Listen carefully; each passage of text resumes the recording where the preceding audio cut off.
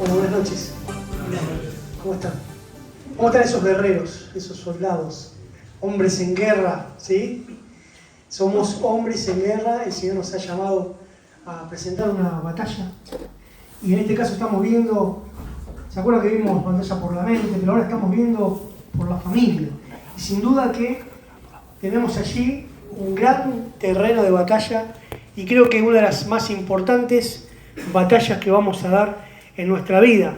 No quiero en esta noche hablar solamente a esposos, aunque sí vamos a referirnos gran parte de lo que vamos a meditar, aquellos que ya han formado su familia, que tienen sus esposas, que tienen sus hijos y que también tenemos una gran responsabilidad de luchar, de guerrear, de estar atentos y, como todo soldado de Jesucristo, defender y luchar por nuestras familias.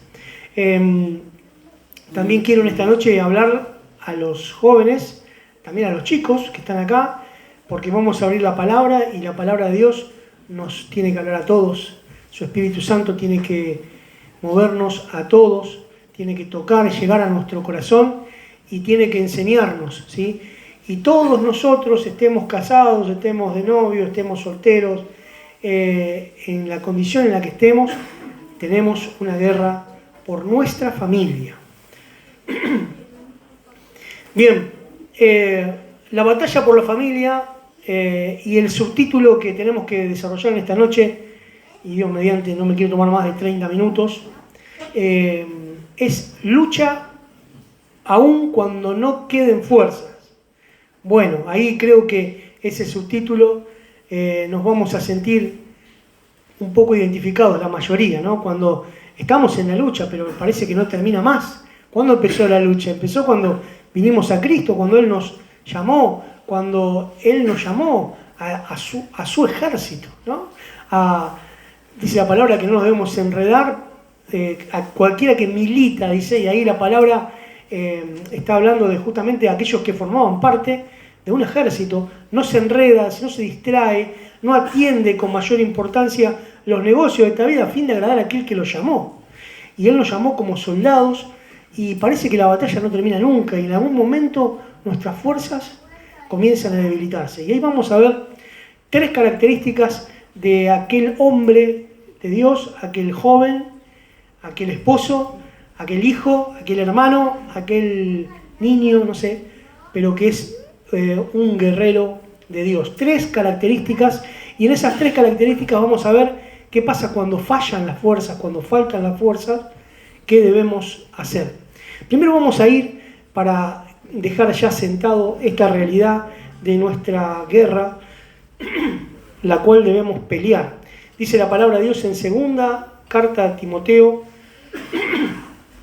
capítulo 4, versos 6 al 8, dice el Señor, porque yo ya, dice Pablo, ¿no? Porque yo ya estoy para ser sacrificado y el tiempo de mi partida está cercano. Es la segunda carta de Pablo a Timoteo, ya es en su última encarcelación de las muchas que había tenido.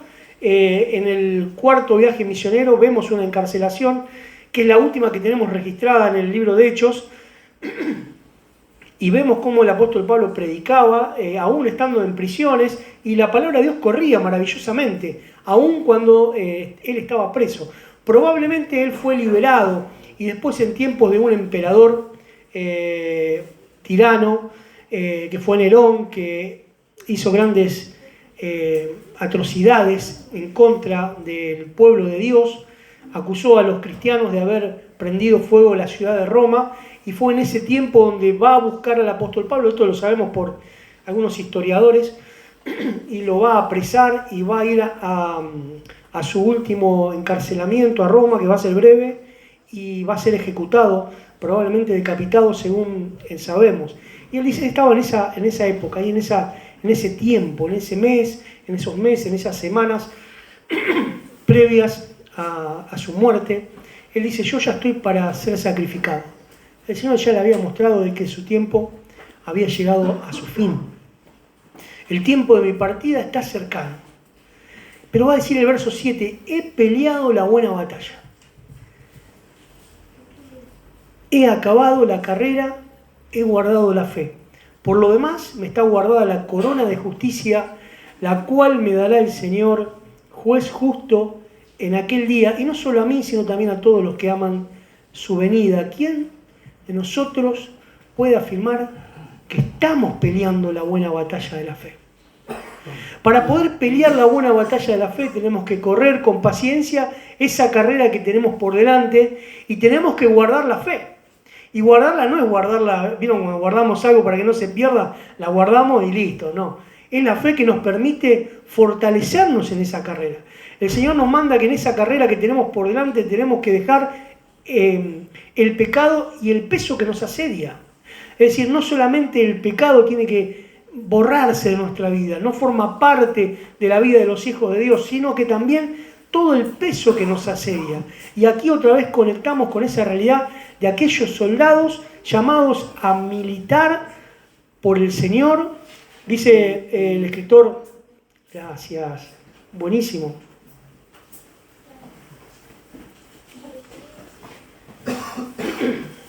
Me vino bien, gracias. Dice en la carta de Judas, dice: hermanos, por la gran solicitud que tenía de escribiros acerca de nuestra común salvación, me ha sido necesario escribiros a que contendáis ardientemente por la fe una vez dada a los santos. Esa es la fe por la cual también tenemos que guerrear. Es la fe que hace que nuestras convicciones estén depositadas ¿en dónde? En la palabra de Dios. Porque allí es donde tenemos nosotros el ancla firme. Entonces, para poder decir en algún momento de nuestra vida, he peleado la buena batalla de la fe, tenemos que estar corriendo con paciencia esa carrera que tenemos por delante, puesto los ojos en Jesús, autor y consumador de nuestra fe, pero además tenemos que guerrear ardientemente por la fe. Pablo también, usando esta misma imagen del luchador, de aquel que peleaba en el circo romano, dice: yo peleo, pero no como quien golpea al aire. No, porque cuando salimos al ring, no sé, no sé si alguno ha salido al ring, por ahí tenemos un fan del box, y es un deporte para practicarlo, ¿sí? Pero cuando salimos al ring no tiramos cachetazos, no, tenemos que afirmarnos. Yo no sé nada, tenemos que preguntarle al hermano acá que nos haga una demostración, pero uno tiene que pelear ardientemente. Uno tiene que golpear no como quien caza mariposas golpeando el viento. No, por eso tenemos que estar concentrados, tenemos que estar enfocados, tenemos que con valentía y con determinación pelear la buena batalla que tenemos por delante. Nuestra misión como hombres en guerra es presentar batalla por los nuestros. Y me refiero a nuestra familia, a nuestros padres, si estamos en la casa de nuestros padres, por nuestros hijos, si es que somos padres, por nuestros hermanos, si es que todavía estamos en casa de nuestros padres, por nuestras esposas, ¿sí? Por los nuestros. Y nuestro ministerio se asemeja en tres características principales a un aspecto del ministerio de nuestro Señor Jesucristo. Como hombres en guerra en nuestras familias, vamos a desarrollar tres características que son similares a la del ministerio del Señor Jesús, que encontramos en su palabra como sacerdotes, profetas y rey. El Señor Jesucristo fue mencionado en la palabra de Dios como sacerdote, como profeta y como rey, ¿sí? Y vamos a ver por qué también la palabra de Dios nos llama a tomar el ejemplo de cómo Él amó a la iglesia para imitar ese comportamiento. Él es nuestro ejemplo. Entonces, en estas tres características, ¿sí? Por supuesto que no vamos a ser rey, pero hay una característica fundamental que vamos a encontrar asociada a ese ministerio del Señor Jesucristo. Primero, vamos directamente ya al tema. Un sacerdote en pie de guerra. Es cierto, porque muchas veces se ha hablado acerca del sacerdocio del hogar, ¿no? Bueno, esa palabra o esa expresión no aparece en la Biblia. Uno la puede derivar, la puede entender, la puede comprender como parte de los principios bíblicos, que nosotros somos sacerdotes en el hogar, pero no encontramos un texto que diga concretamente que los varones son sacerdotes en el hogar. Sí, se habla de que el varón es cabeza de su mujer, ¿sí? Esto nos queda claro, ¿verdad? No de las mujeres. de su mujer. Bien. Así como su cabeza es el Señor Jesucristo. Establezcamos esta verdad y los peligros que vienen al flaquear nuestras fuerzas en este frente de batalla del sacerdocio. Miren, acompáñame por favor en tu Biblia al libro de Job. Vamos al capítulo 1 y allí vamos a encontrar un sacerdote en pie de guerra. Vamos al libro de Job, por favor. Y dice así la palabra de Dios en el capítulo 1. Job está antes del libro de los Salmos, en el Antiguo Testamento. Dice el capítulo 1, vamos a leer los primeros 5 versículos. Hubo en tierra de Uz un varón llamado Job, y este era hombre perfecto y recto, temeroso de Dios y apartado del mal. ¿Sí? 4 características que se ven aquí en el libro de Job. Este libro fue escrito probablemente por Moisés, porque Job en los tiempos que fue escrito el libro ya no vivía, él fue contemporáneo de Abraham, o sea que era todavía más antiguo a su tiempo. Pero dice que le nacieron, verso 2, 7 hijos y 3 hijas. ¿Cuántos hijos tenía? Estamos atentos, ¿no? Estamos atentos y bien para las matemáticas, ¿no? Bueno, su hacienda era 7.000 ovejas y 3.000 camellos, 500 yuntas de bueyes, 500 asnas y muchísimos criados, y era aquel varón más grande que todos los orientales. O sea que podemos dividir el mundo occidental conocido hasta ese momento, hasta Europa, digamos, conocido, y el mundo oriental, y él era el más grande, el más poderoso, el más rico, el más sobresaliente de toda esa región de la tierra. Y dice la palabra, o sea, tenía muchísimo dinero. Y dice el verso 4, iban sus hijos y hacían banquetes en sus casas, cada uno en su día, y enviaban a llamar a sus 3 hermanas para que comiesen y bebiesen con ellos. Y acontecía que habiendo pasado en turno los días del convite, Job enviaba y los santificaba y se levantaba de mañana y ofrecía holocaustos conforme al número de todos ellos, porque decía Job, vamos a ver lo que decía este sacerdote en pie de guerra, un hombre de guerra en defensa de su familia. Quizá habrán pecado mis hijos y habrán blasfemado contra Dios en sus corazones. De esta manera hacía todos los días. Ahora aquí vemos a Job que como sacerdote ofrecía sacrificios, ¿sí? Tenía una relación íntima con Dios. ¿Cómo estamos con nuestra relación íntima con Dios? Dios es la fuente de nuestro poder. Dice la palabra de Dios que vos y yo nos tenemos que fortalecer en el poder ¿de qué? De su fuerza. Es decir que Él es la fuente absoluta y única de nuestra energía, de nuestro poder.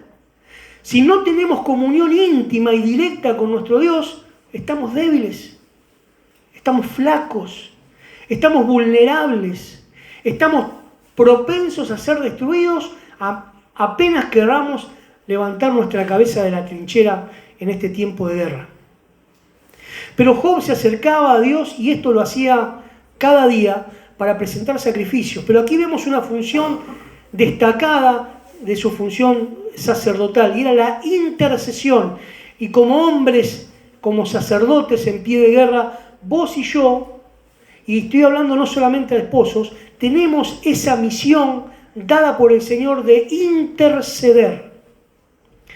De interceder. Interceder no es simplemente orar, porque hablamos de la intercesión y pensamos automáticamente en la oración intercesora. ¿Vieron? Dice el apóstol Juan, si alguno ve a un hermano que comete un pecado, pedirá y Dios le dará vida. Hay una oración intercesora, una persona que ora por un hermano que está cometiendo un pecado, no de muerte, dice allí Juan, y Dios le dará vida. Es maravilloso porque allí, haciendo exégesis del pasaje, vamos a llegar a la conclusión de que la palabra de Dios no aparece en muchos de los manuscritos más antiguos. Y está bien, es cierto, Dios es el que da vida, pero pareciera ser como que el énfasis del pasaje es que esa oración intercesora es la que llega a la presencia de Dios y da vida, ¿no? Qué maravilloso. Ignoramos muchas veces el poder que tiene nuestra oración intercesora. Ahora, interceder no es simplemente orar por o orar a favor de, ¿no? Sino que esta función sacerdotal tiene como objeto presentarse delante de Dios a favor de. No es que Job simplemente desde el sillón de su casa oraba, Señor, te pido por mis hijos. Él se presentaba y allí en el altar ofrecía sus sacrificios. Él se ponía delante de Dios a favor de los hijos, a favor de su familia. Oramos insistentemente por nuestras familias, por nuestras esposas, por nuestros hijos, por nuestros papás que quizás no tienen a Cristo, por nuestros hermanos que todavía no han conocido la luz del Evangelio de la gloria de Cristo. O tenemos una oración. Déjame decirte que la intercesión como función sacerdotal tiene que llevarse a cabo cada día. ¿Escuchaste esto? Cada día. Vamos a verlo en el ejemplo máximo que tenemos en el Señor Jesús. Romanos capítulo 8, verso 34, dice la palabra de Dios: ¿quién es el que contenderá? Cristo es el que murió, más aún el que también resucitó, el que además está a la diestra de Dios. Y escuchá, el que también intercede por nosotros. Y aquí el texto es claro, no dice intercederá por nosotros cuando necesitemos esa intercesión. No dice que intercedió por nosotros. Habla de una acción continua. Él está allí en la presencia de Dios intercediendo permanentemente por nosotros. Vamos a un texto que lo aclara un poco más. Hebreos capítulo 7, versos 24 y 25. Búscalo en tu Biblia, si no allí se va a proyectar. Dice Hebreos 7, 24 y 25. Mas hablando de Cristo, por cuanto permanece para siempre, tiene un sacerdocio inmutable, por lo cual puede también salvar perpetuamente a los que por él se acercan a Dios. Escuchá qué maravilloso, viviendo siempre para interceder por ellos. Hermanos, esto a mí me emociona. Saber de que mi Señor vive intercediendo por mi vida. Y Él nos deja ejemplos de cómo nosotros tenemos que ejercer esta función sacerdotal y cómo debemos interceder, con qué intensidad debemos hacerlo. Hermanos, si vos estás orando por tus hijos, pero lo haces una vez cada tanto, si orás por tus hijos cuando tiene que rendir una prueba, un examen, o cuando se va de tu casa a algún viaje y va a estar lejos de tu protección, tenés que orar intensamente, tenés que interceder, es decir, ponerte delante de Dios a favor de ellos. Nuestro Señor vive siempre intercediendo por nosotros y así se ejerce esta función sacerdotal. En el verso 5 al final de Job capítulo 1 termina ese pequeño resumen maravilloso de quién era Job. De esta manera hacía Job todos los días, porque pareciera como que, bueno, él ofrecía sacrificios cuando sus hijos se juntaban, hacían banquetes, ¿no? Y de repente diría Job, no sea que hayan pecado. Claro, lo hacía en ese momento, pero el texto aclara que su trabajo de intercesión, de presentarse delante de Dios por sus hijos, era permanente, era constante. Tenés que despertar, mi querido hermano, mi querido joven, tenés que orar, interceder, plantarte allí en el altar, en tu altar personal, en el altar de comunión con el Señor. Y tenés que poner a las personas, a los tuyos, delante de la presencia de Dios.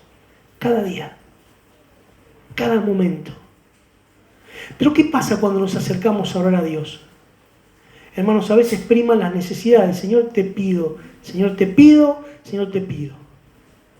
Damos gloria a Dios, pero estamos todo el tiempo enfocados en presentarle a Dios nuestras peticiones, y está bien que así lo hagamos, pero aquí tenemos una misión de parte de Dios, que es guerrear delante de Dios, fortalecer y de una manera ser como un escudo para nuestra familia, para tus padres que no tienen a Cristo, o sí los tienen, tenés que interceder. Por tus hermanos que quizás no tienen a Cristo, o sí los tienen, tenés que interceder. Por tus hijos que tienen a Cristo, o quizás no, tenés que interceder. Tenés que ponerte delante del Señor a favor de ellos. Ahora, ¿qué pasa en esta función cuando, porque el título era ¿qué pasa cuando faltan o fallan nuestras fuerzas? Bueno, Éxodo capítulo 17, fíjense qué maravilloso pasaje, en el verso 8 al 13 vamos a leer. Dice la palabra de Dios: entonces vino Amalec y peleó contra Israel en Refidim, y dijo Moisés a Josué: escógenos varones y sal a pelear contra Amalec. Mañana yo estaré sobre la cumbre del collado y la vara de Dios en mi mano. E hizo Josué como le dijo Moisés, peleando contra Amalec, y Moisés y Aarón y Hur subieron a la cumbre del collado, y sucedía que cuando alzaba Moisés su mano, él sostenía las manos y tenía su bastón, ¿sí? Tenía su báculo, tenía su vara. En su mano Israel prevalecía, es decir, que vencía en la guerra allí abajo en el valle. Mas cuando él bajaba su mano, prevalecía Amalec. Y las manos de Moisés se cansaban, por lo que tomaron una piedra y la pusieron debajo de él y se sentó sobre ella. Y Aarón y Hur sostenían sus manos, el uno de un lado y el otro del otro. Así hubo en sus manos firmeza hasta que se puso el sol. Y Josué deshizo a Amalec y a su pueblo a filo de espada. Acá entendemos un principio fundamental de esta misión sacerdotal de la intercesión. Ya establecimos la necesidad de presentarnos cada día delante del Señor a favor de los nuestros, de tu esposa, para que el Señor, el Señor te cuida, te protege, te va a dar esas son cosas ya prometidas. Está bien que presentemos nuestras peticiones, pero no te vayas de la presencia del Señor si no pones a toda tu familia delante del Señor. Y hacerlo todos los días. Pero claro, eso es agotador, es cansador. A veces se nos caen las fuerzas porque nosotros estamos siendo atacados también por el enemigo, que quiere la destrucción de nuestra alma, que quiere agotarnos, que quiere... Y fíjense la solución que el Señor propone a la intercesión de Moisés. Moisés no hacía otra cosa que interceder por Josué y por el ejército de Israel. Y cuando él alzaba sus manos al cielo, pero no era simplemente que levantaba las manos, oraba al Señor, por supuesto, a favor del pueblo, intercediendo por el pueblo. Israel prevalecía, pero cuando se cansaban sus manos, se les acalambraban, entonces Amalec prevalecía. Fíjense la importancia de la intercesión. Ahora dice que dos personas, Aarón y Hur, se pusieron uno a cada lado para sostenerle la mano. Hermano, qué lindo si tenemos Aarones y Hur en nuestra vida. Si vos te pensás que esto de guerrear para el Señor y ser un guerrero, ser un soldado y pelear y guerrear por nuestra familia es una tarea para llaneros solitarios, es una tarea para Rambos de la vida, te estás equivocando. Porque los brazos se cansan. Porque los brazos se acalambran, las manos pierden sus fuerzas. Vos y yo necesitamos de nuestros hermanos. Dice la palabra de Dios en Gálatas, el capítulo 6, verso 2, sobrellevad los unos las cargas de los otros y cumplid así la ley de Cristo. Hermanos, no nos tenemos que dejar de congregar como algunos tienen por costumbre, y tanto más cuando vemos que aquel día se acerca, pero el objetivo de eso es cobrar fuerza, ánimo, alentarnos, venir y animarnos como hacemos en esta noche, alentarnos, visitarnos, ayudarnos, asistirnos. ¿Te interesa la vida de tus hermanos aquí? O como aquel que se excusó delante del Señor, le decís, ¿acaso soy yo guarda de mi hermano? Somos Aarones y Hur, sosteniendo la vida de nuestros hermanos. Y si yo sobrellevo la carga del otro, otro sobrelleva mi carga. Y qué bueno, qué lindo es cuando tenemos el apoyo de la familia de Dios. Cuando vivimos un verdadero cristianismo de amor, no de críticas destructivas, de amor. ¿Sabes? Nosotros nos ofendemos, ¿y sabes por qué es eso? Porque Cristo no vino todavía. Y todos ofendemos muchas veces y muchas veces lo hacemos de palabra. Porque aquel que puede dominar ese pequeño músculo, que ese pequeño miembro, que es la lengua, es varón perfecto. Necesitamos perdonarnos, necesitamos apoyarnos, necesitamos animarnos, necesitamos que alguien venga y me diga, dale, Ale, no aflojes. Que alguien te diga, dale, Jope, no bajes los brazos. Vamos, Nico. Vamos, que el Señor está con vos como está con nosotros, con todos. Vamos, Adrián. Vamos, Ariel, hermano querido, el Señor está con vos. Vamos, Franco, vamos, Joaquín, vamos, Soto, vamos, Mati. Vamos, Ezequiel. Qué lindo si tenemos hermanos así, que nos contienen, que nos abrazan, que nos ayudan, que nos alzan, que sostienen nuestros brazos. Ese es un principio que podemos sacar de este aspecto de guerra espiritual por nuestras familias. Pero no solamente dijimos un sacerdote, también en comparación con el ministerio de Cristo, un profeta en pie de guerra. Déjame explicarte bien lo que significa aquí la palabra profeta. Vamos a establecer esta verdad y los peligros que vienen cuando flaquean nuestras fuerzas en el frente de batalla al constituirnos profetas de parte de Dios. Segunda Crónicas, capítulo 36, verso 15. Y Jehová, el Dios de sus padres, envió constantemente palabra a ellos por medio de sus mensajeros, porque Él tenía misericordia de su pueblo y de su habitación. Esto es una palabra para describir a los profetas, eran mensajeros. Había un mensaje. ¿Cuál es el mensaje? El mensaje de la palabra. Debemos ser maestros de las palabras en nuestros hogares. Debemos enseñar la palabra a nuestros hijos. Esa es una manera de guerrear por nuestra familia. No es simplemente pararnos allí y orar en contra de toda la maldad y la oscuridad de este mundo, aislar a nuestros hijos en una burbuja y pensar que eso es suficiente. No. Debemos interceder primeramente por ellos cada día de nuestra vida, presentándonos delante de Dios a favor de ellos. Pero en segundo lugar, tenemos que enseñar la palabra de Dios, como hacían los profetas, traían la luz de la palabra de Dios. ¿Sí? Tenemos esa palabra profética que es la más segura de todas, que es la palabra de Dios. Y tenemos que conocerla para poder enseñarla. La función destacada de los profetas era enseñar la palabra de Dios, ¿no?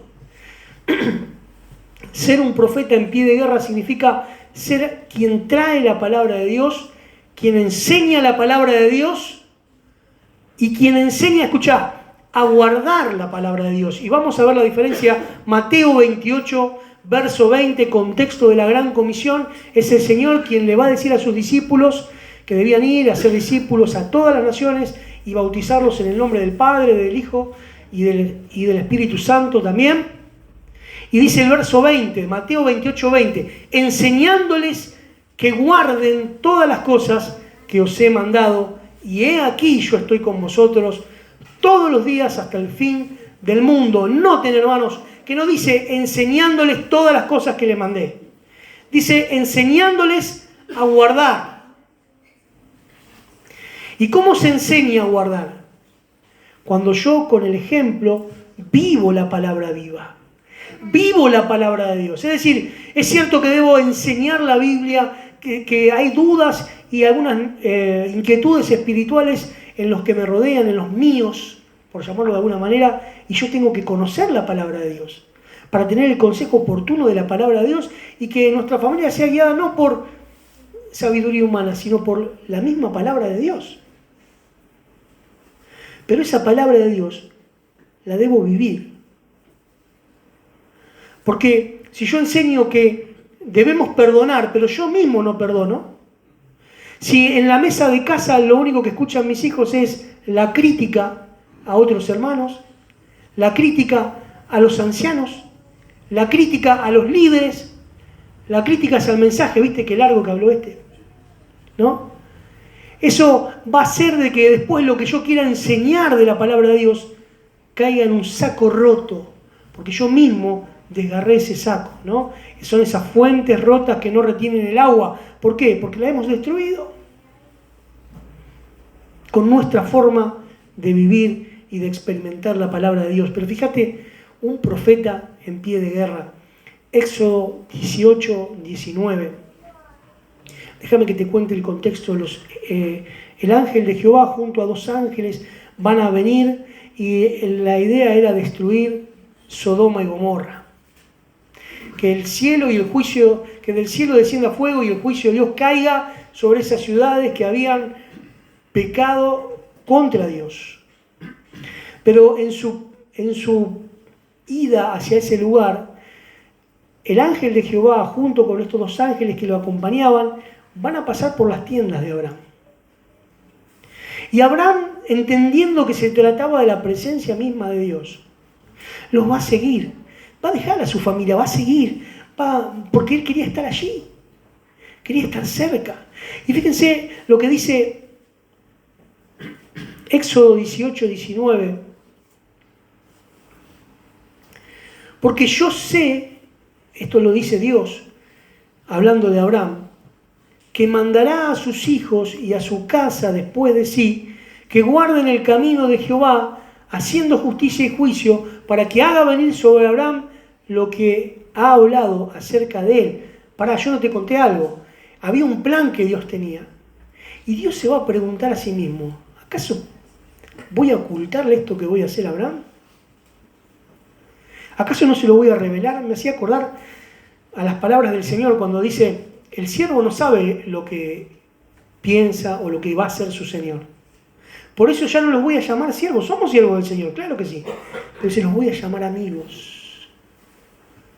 Y en este título que nos da el Señor, en esta posición de cercanía que nos da Cristo, nos está dando a entender de que Él nos quiere contar todas las cosas, pero tenemos que estar cerca. Tenemos que caminar junto a Él, tenemos que estar dispuestos a hacer su voluntad. Escuchá, Abraham no sabía lo que iba a pasar. Y Dios se pregunta, ¿acaso voy a negarle esta información? No le voy a contar, no le voy a compartir a Abraham, que yo sé que Abraham va a mandar a sus hijos en cuanto a mi palabra, ¿no? Y a su casa después de sí, que guarden el camino de Jehová, haciendo justicia y juicio. Abraham se caracterizaba por ser un profeta en pie de guerra.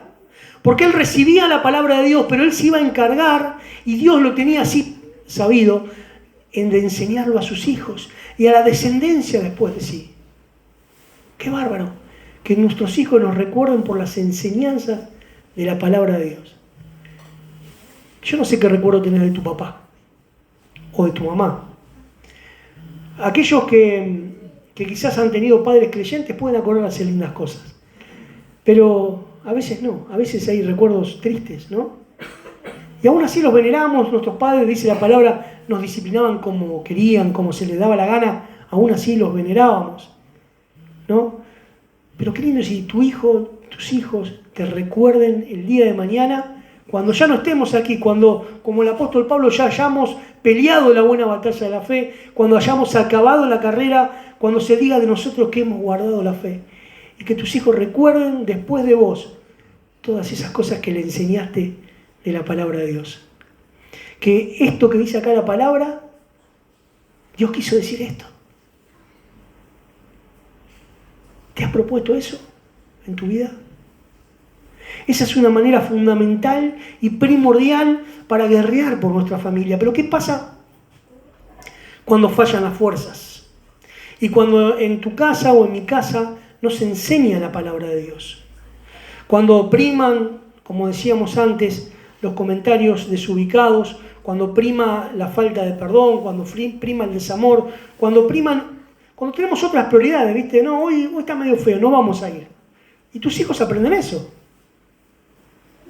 No, mira, hoy mejor nos vamos a ir, vamos a aprovechar este día lindo y nos vamos a ir de viaje, nos vamos a ir a pescar. Está bien que te vayas de viaje. Pero cuando eso cambia, esa prioridad de estar reunidos, congregados en el nombre del Señor para obedecer lo que el Señor nos mandó, eso es lo que le estamos transmitiendo a nuestros hijos. No, anoche tuve una noche bárbara, no pude dormir, el bebé no me dejó dormir, ¿no? Y siempre tenemos una excusa. Y yo me imagino delante del Señor cuando se haga realidad aquello de que muchos tendrán que alejarse de Él avergonzados en aquel día. Me imagino a mí, hermano, yo no juzgo a nadie, me imagino a mí vomitando todas mis excusas. Señor, no, pero bueno, viste el trabajo que tenía. Viste, Señor, que se me complicaba porque no me alcanzaba el dinero. Viste que el tiempo no me... Viste la esposa que me diste, Señor. Y a medida que uno iba hablando acerca de las excusas para presentar delante del Señor, comenzar a fijar mis ojos en la persona gloriosa de mi Salvador y ver sus manos traspasadas, ver su herida en el costado, ver sus pies horadados y callar y tener que alejarme de él avergonzado. Que el Señor me libre, que el Señor te libre de ese momento y que vos y yo peleemos esta batalla con un solo objetivo: encontrarnos ese día con una mirada de aprobación del Señor, con una sonrisa de Cristo, que te diga: bien Ariel, bien Horacio, bien Jorge, bien, buen siervo y fiel. En lo poquito que te di fuiste fiel, en lo mucho te pondré. ¿Estás dispuesto a pelear esa batalla, a prepararte en la palabra? Fíjate lo que pasa, si no, cuando flaquean nuestras fuerzas. 5 minutos más. Hermanos, Isaías capítulo 5, verso 13, dice la palabra de Dios: por tanto mi pueblo fue llevado cautivo, porque no tuvo conocimiento, y su gloria pereció de hambre, y su multitud se secó de sed. También Oseas, en el mismo sentido, el capítulo 4, verso 6, mi pueblo fue destruido porque le faltó conocimiento. Por cuanto desechaste el conocimiento yo te echaré del sacerdocio, porque te olvidaste la ley de tu Dios. Escuchá, que no pase nunca esto en tu vida. También yo me olvidaré de tus hijos. Hermano, si esto no te estremece, que el Señor te reclame de que por la ignorancia tu familia puede perecer, por ignorar la palabra, que es el consejo de Dios. ¿Escudriñás las Escrituras? ¿O todavía hace 20 años que estás cortando la hojita de la buena semilla? Hermano, yo no tengo nada contra eso, es maravilloso. Pero eso es el leche espiritual. Pero el alimento sólido es para los que han alcanzado madurez, para los que por el uso tienen los sentidos ejercitados en el discernimiento del bien y del mal. ¿Trazás bien la palabra de verdad? ¿Sos experto en la palabra de verdad? ¿Conocés? A veces ni conocemos los libros de la Biblia de memoria. No podemos ni siquiera enumerarlos. Hermanos, es una llamada de atención, porque el Señor dice: si vos te olvidás de mí y de mi ley, yo me olvidaré. Otra versión dice: me olvidaré de bendecir a tus hijos. Porque es un desprecio que le hacemos al Señor.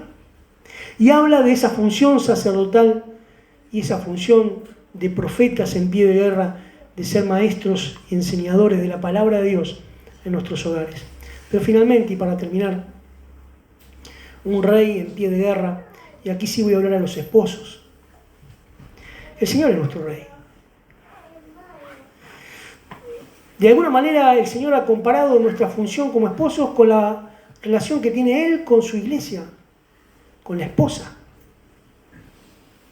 Y nosotros tenemos que amar a nuestras esposas como Él lo hizo con la iglesia. Y además lo pone en el énfasis que tenía que hacer: se entregó a sí mismo por ella. O sea, pone la vara en un nivel y alguno dirá: no está bien que nos comparemos con Cristo. Es la palabra la que compara tu rol en el hogar con lo que Cristo hizo. Entonces, la exigencia, la palabra de Dios dice que tenemos que, el Señor dio, dice la palabra de Dios en Efesios 4 algo maravilloso: es Jesucristo, dice, y Él mismo constituyó a unos, ¿qué dice? Apóstoles y profetas, a otros evangelistas, pastores y maestros. Es decir, la palabra de Dios dice que, escuchá, Jesucristo, Él mismo, dio a la iglesia apóstoles, profetas, evangelistas, pastores y maestros. Claro, los profetas y los apóstoles echaron el fundamento. Pablo dice: yo como perito arquitecto eché el fundamento, ahora cualquiera de nosotros tenemos que ver cómo sobreedificamos.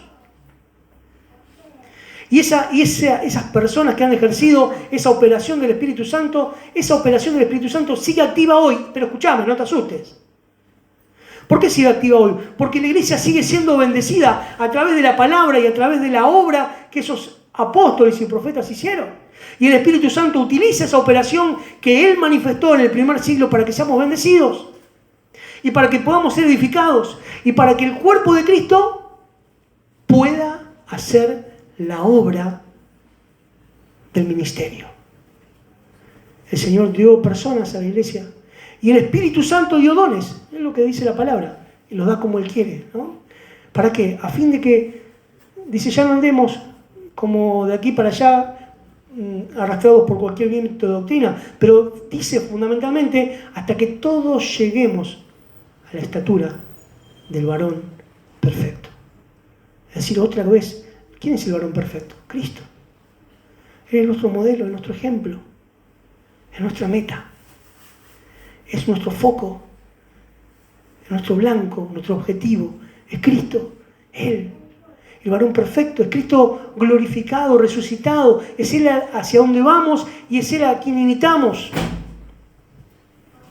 Y en esa función destacada de liderar, gobernar y ejercer autoridad de parte de Dios, esto de ser rey en pie de guerra, está hablando de nuestra función de liderazgo en el hogar. Por eso hablo de los esposos. Y el que ejerce el liderazgo, el que gobierna y el que ejerce una autoridad de parte de Dios, escuchá, no es el que está delante, no es la definición, aunque pareciera como que está delante. No es el que está delante, es el que va delante. Es el que da el primer paso para que otros lo sigan. Y eso es lo que pasa en tu hogar, mi querido hermano, porque vos vas adelante y tu esposa y tus hijos te siguen. Pero ¿qué pasa cuando vos te has cruzado de piernas? Estás cruzado de brazos y no vas ni para adelante ni para atrás. Es ahí cuando faltan las fuerzas, es ahí cuando comenzamos a flaquear. Pero fíjate lo que dice, por favor, Proverbios 22, 6. ¿Alguno que lo lea, por favor? A ver. Estamos terminando ya. Proverbios 22, 6. ¿Quién lo tiene y lo lee? Fuerte, por favor. Lo leen ahí si quieren, ¿eh? Instruye al niño en su camino y aun cuando fuere viejo, no se apartará de él. Bárbaro. Es genial. Es instruir al niño en su camino y aun cuando fuere viejo, él no se apartará de él. Pero fíjate también Proverbios 10:6. ¿Qué dice la palabra de Dios? Hay bendiciones sobre la cabeza del justo, pero violencia cubrirá la boca de los impíos.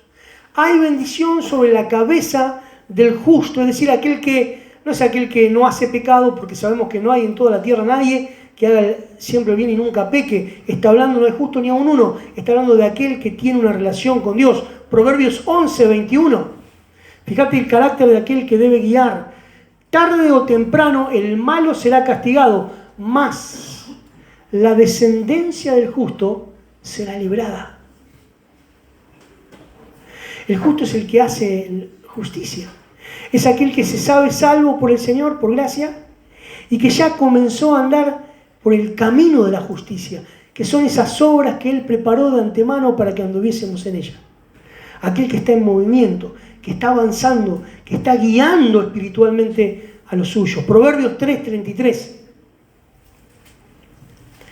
Y dice la palabra de Dios, la maldición de Jehová está en la casa del impío, pero bendecirá la morada de los justos. Qué maravilloso.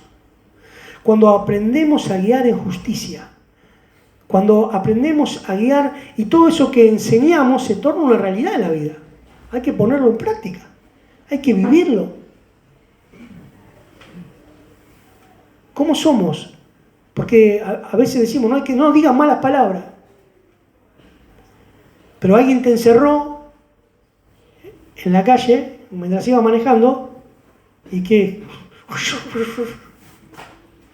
y te mordés para no masijarte, ¿no?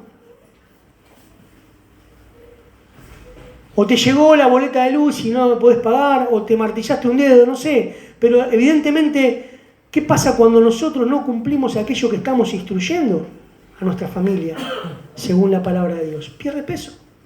No estamos guiando, estamos frenando. Porque si vos no guiás y no empezás a caminar por esas obras de justicia, las obras del justo, las que Él preparó de antemano para que anduvieras en ella, para que camines ese camino de justicia, no solamente que estás invalidando tu sacerdocio, tu ministerio y tu autoridad espiritual, sino también que estás frenando la de tu familia. Porque hay maldición también en la casa del impío. Hermano, alguno dirá esto del Antiguo Testamento. Esto es palabra de Dios, hermano. Esto es algo que Dios dice. Y hay bendiciones para la obediencia, para aquel que decide obedecer la palabra de Dios. Y también hay retribución y castigo para aquellos que la desobedecen. Terminamos con Jeremías 31, 29. En aquellos días no dirán más: los padres comieron las uvas agrias y los dientes de los hijos tienen la dentera, sino que cada cual morirá por su propia maldad. Los dientes de todo hombre que comiese las uvas agrias tendrán dentera. ¿Qué significa esta expresión? Bueno, es un hebraísmo, tenía que ver con culturas de ese tiempo, ¿no?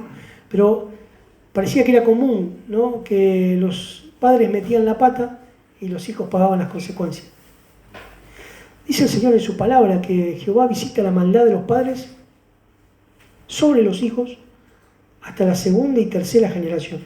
Y yo quiero explicarte esto, porque no es que los hijos van a pagar en sus vidas el costo de ese pecado de los padres. No, Él dice que visita la maldad de los padres, que Él puede ver las consecuencias de un mal camino, de un camino impío, de alguien que no quiere guiar y liderar espiritualmente a la familia, y las consecuencias se van a ver patentemente, y mirá, no solamente en tus hijos, sino en los hijos de tus hijos, y en los hijos de los hijos de tus hijos. ¿Sabes por qué es la tercera o cuarta generación?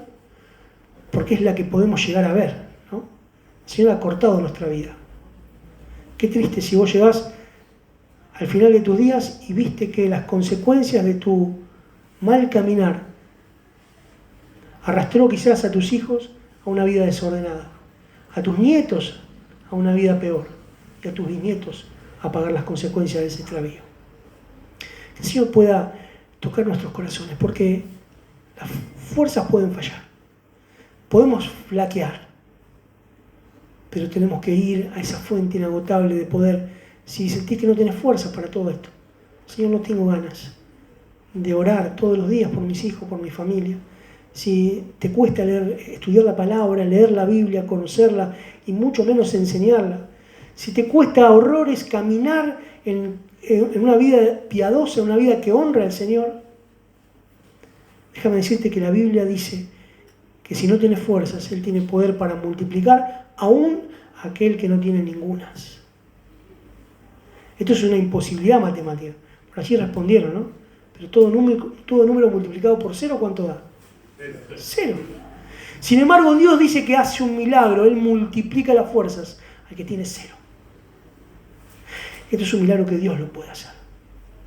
Si vas a Él y le decís: Señor, quiero ponerme al pie de la guerra.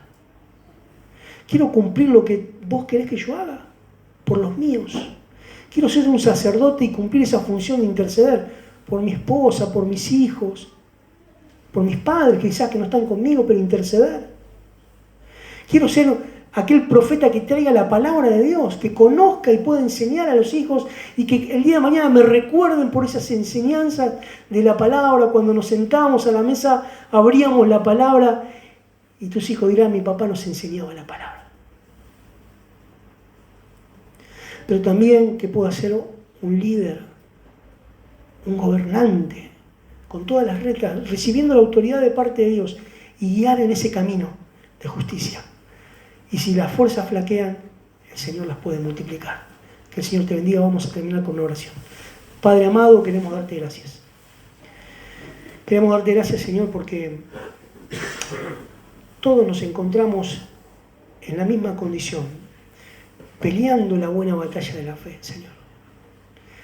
Quizás no podemos decir o no queremos decir que hemos acabado la carrera, porque entendemos que aún nos queda un largo trecho por delante. Pero, Señor, queremos correr esa carrera con paciencia, Queremos guardar la fe. Queremos, Señor, pelear la buena batalla, pelear ardientemente. Queremos pelear con ímpetu, con garra, porque lo que está en juego es el futuro de nuestra familia. Señor, sabemos que debemos ponernos en pie de guerra. Si nuestras fuerzas flaquean, Señor, asístenos. Que tu Espíritu Santo nos dé poder. Que podamos ser fortalecidos en el poder de tu fuerza, Señor. Que podamos sentir tu presencia. Que podamos correr detrás tuyo. Que podamos ir como Abraham te siguió, Señor. Y fue allí cuando tú viste su intención de agradarte, de seguirte, de querer escucharte. Allí fue cuando tú le revelaste tus planes, porque además sabías que él iba a ser fiel para enseñarlo a sus hijos y a los hijos de sus hijos y a los hijos de los hijos de sus hijos. Señor, como hombres en pie de guerra, fortalece nuestras manos, fortalece nuestra mente y nuestro corazón, y también fortalece nuestros pies. Señor, estas cosas te las pedimos en el nombre de Cristo Jesús. Amén.